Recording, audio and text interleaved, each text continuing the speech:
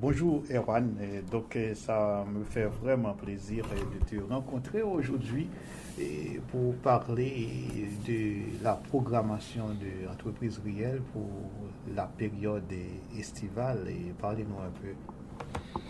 Eh ben, écoute, James, merci de me recevoir. Alors, Entreprise Riel, c'est avant tout notre filiale Tourisme Riel qui se charge d'animer les festivités durant la période estivale. Et donc, on a pas mal de petites choses qui s'en viennent. Donc, je suis très content que vous soyez venu me voir ici dans mes bureaux pour que je puisse vous en parler un petit peu. Bon, tout d'abord, on va continuer à travailler avec l'ensemble des acteurs communautaires qui sont impliqués dans les jeudis Franco Thursdays.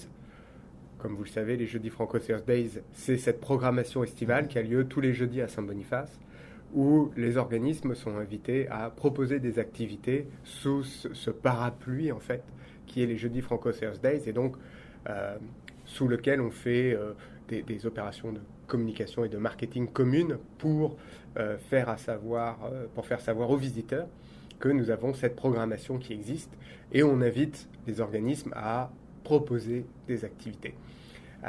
Donc là, on va avoir une rencontre très bientôt avec les différents partenaires. On sait qu'il y a certaines choses qui s'en viennent, il y a encore d'autres choses où on est encore en attente. Mais ce qui se passe, c'est que depuis plusieurs années, c'est un événement qui grossit.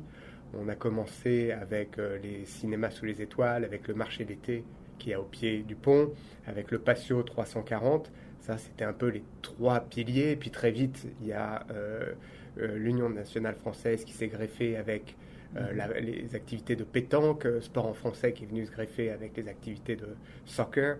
Et puis, ça a que fait de grossir à partir de là.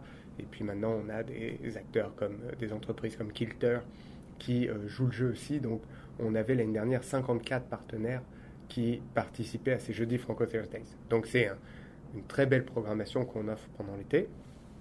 Et Tourisme Riel joue un rôle de coordinateur avec le CEDEM. Et on offre aussi, nous, notre propre programmation. On a une programmation qui va être offerte juste spécialement pour les jeudis, mais on a aussi une programmation qui a lieu pendant tout l'été. Donc dans notre programmation, j'ai envie de dire plus traditionnelle, celle qu'on offre pendant tout l'été, on va avoir ce qu'on appelle les tournées Passion et Histoire. Donc Passion et Histoire, c'est l'image de marque de Saint-Boniface dans le secteur touristique. Donc dans cette programmation-là, on a les chasses au trésor que l'on offre. Alors ça, c'est des tournées plutôt orientées pour les familles et pour les programmes scolaires, beaucoup plus ludiques, où on apprend à découvrir Saint-Boniface tout en s'amusant avec ce système de chasse au trésor. Et là, ce sont des nouveautés.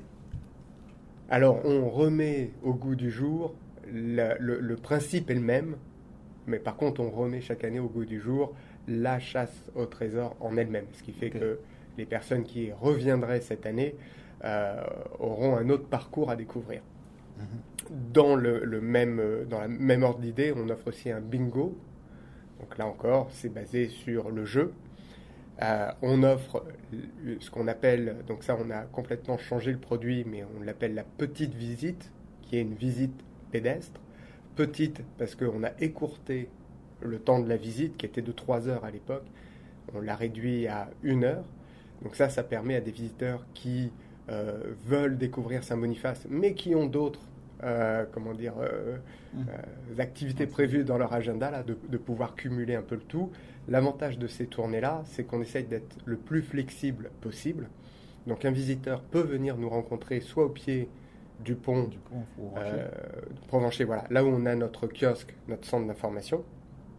On en a un deuxième centre d'information au 219 Provencher, qui est là où il y a l'hôtel de ville. Et donc un touriste, un visiteur qui souhaiterait prendre la tournée peut nous rencontrer à une de ces deux places, et on est en mesure d'offrir la visite sur demande, donc tout de suite, pour justement s'assurer que la personne puisse continuer ensuite la visite de Saint-Boniface. On a la grande visite, qui est une petite visite améliorée où on collabore avec d'autres partenaires comme la Maison Gabriel Roy ou le musée de Saint-Boniface par exemple, où là on propose une extension de la petite visite en fonction des intérêts des visiteurs qui viennent nous voir. En fait, on les amène visiter d'autres espaces. Donc on essaie de créer ce lien entre les différentes visites qui existent déjà. Mais on sait que le musée Saint-Boniface est en chantier. Alors, le musée de Saint-Boniface est en chantier à l'heure actuelle, mais ils sont au 219 Provencher et ils offrent une exposition sur Louis Riel qui vient, s'ajouter en fait de manière très à propos à la petite visite que nous offrons. Donc, on passe dans la petite visite au cimetière, on montre où est la tombe de Louis Riel.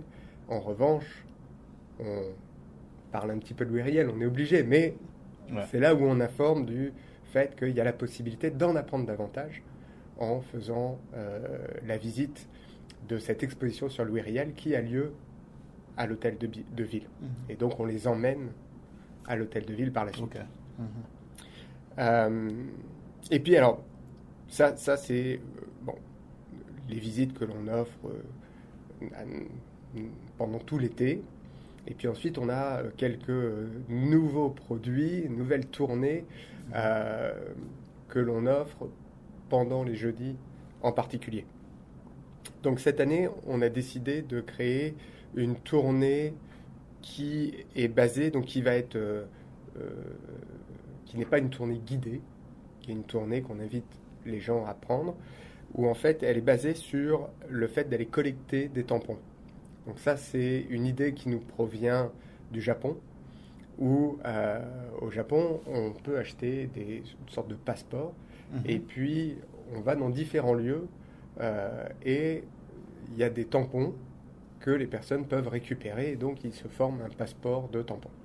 Ça, c'est une activité, alors en japonais, puis mon japonais est encore un peu... j'apprends, mais on l'appelle le Goshuinsho. Ça veut dire quoi? Ça veut dire l'estampe.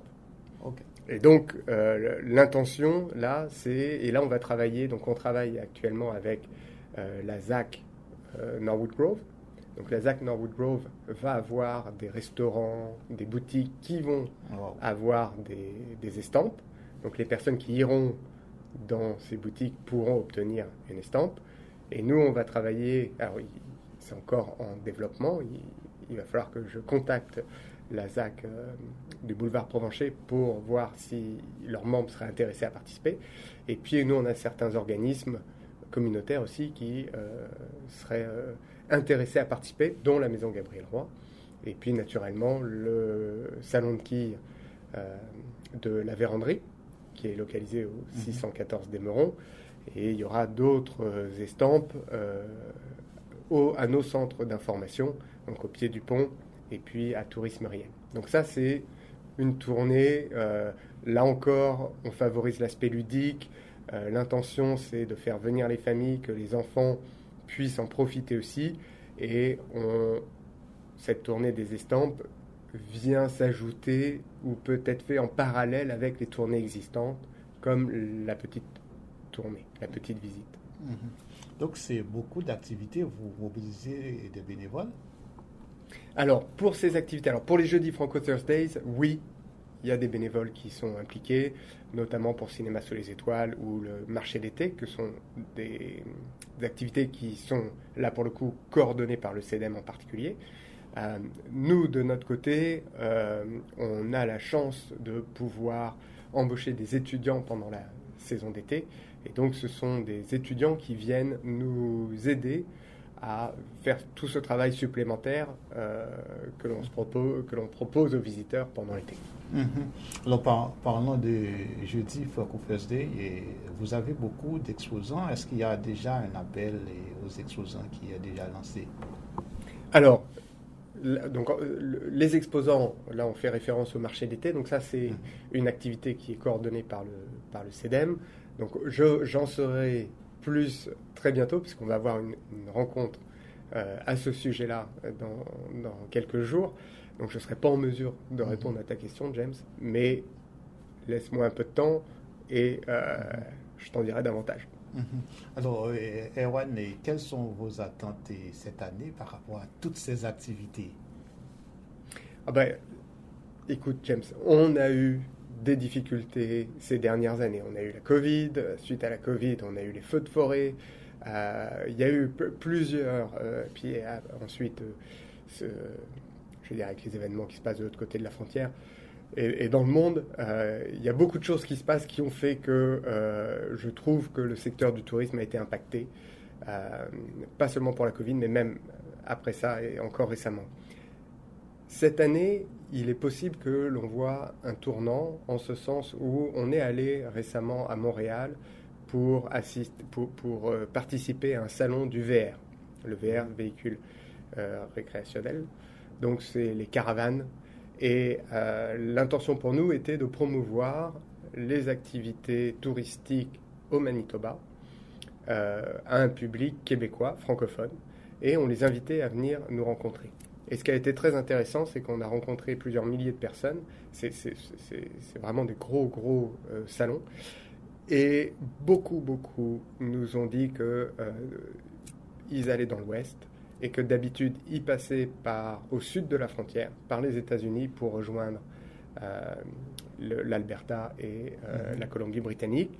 Et que cette année, en raison des difficultés qu'ils pourraient rencontrer à la frontière, et puis je pense surtout une volonté aussi de ne pas traverser la frontière, de ne pas aller aux États-Unis, on s'attend à avoir quand même un tourisme qui arriverait du Québec en particulier, mais pas seulement. Je pense qu'on est allé au Québec en raison de notre proximité avec cette province, mais je pense que ça va être quelque chose qu'on va retrouver dans les autres provinces aussi. Une volonté de favoriser le tourisme au Canada et donc à avoir plus de trafic interprovincial, ce qui va être une opportunité pour nous de pouvoir se concentrer sur ces publics que l'on voit passer déjà, mais on s'attend à avoir une recrudescence à ce niveau-là. Alors, une dernière question avant de clore cette entrevue, Erwan. Donc, il y a un aspect assez important cette année, c'est la Coupe du Monde de football. On sait qu'il y a beaucoup de communautés immigrantes ici au Manitoba et dont les pays participent à cette Coupe du Monde. Est-ce que vous avez pris en compte cet aspect-là? Oui, donc il y a la Coupe du Monde qui s'en vient. On est très excités. Je suis moi-même un amateur du sport, donc je l'attends avec impatience. J'ai eu des discussions, notamment avec le Centre culturel franco-manitobain, qui est intéressé à diffuser les matchs. Donc on attend de voir comment les choses vont se évoluer. Mais il y a un engouement qui commence à apparaître, aussi parce que donc le CCFM a proposé cet hiver la finale de la CAN. Et on a été très surpris par le nombre de personnes qui sont venues assister au match. On avait 2 ambiances, 2 salles, le Maroc d'un côté, le Sénégal de l'autre. Moi qui suis allé pour l'amour du sport et pour voir un bon match, j'ai fait une période dans chacune des 2 salles et l'ambiance était fantastique. Et je pense qu'il y a eu une réalisation par le CCFM, mais bon, Patricia, la nouvelle directrice générale, avait vu ça, qu'en fait, au-delà du sport, c'est vraiment une opportunité pour les différentes communautés francophones du Manitoba de partager leur culture. Et par exemple, lorsqu'il y a eu la mi-temps, de chaque côté, on avait de la nourriture qui avait été offerte par l'Association du Maroc. Et puis en bas, la salle s'est transformée en disco et on a pu entendre et voir des danses sénégalaises. Et ça a été vraiment un très beau moment. Et je pense que c'est ça ce qu'on aimerait voir arriver pendant la Coupe du Monde, c'est-à-dire des associations ethnoculturelles qui viendraient animer les matchs et profiter en fait de cette opportunité pour partager leur culture. D'accord. Merci beaucoup, Erwan Bouchot.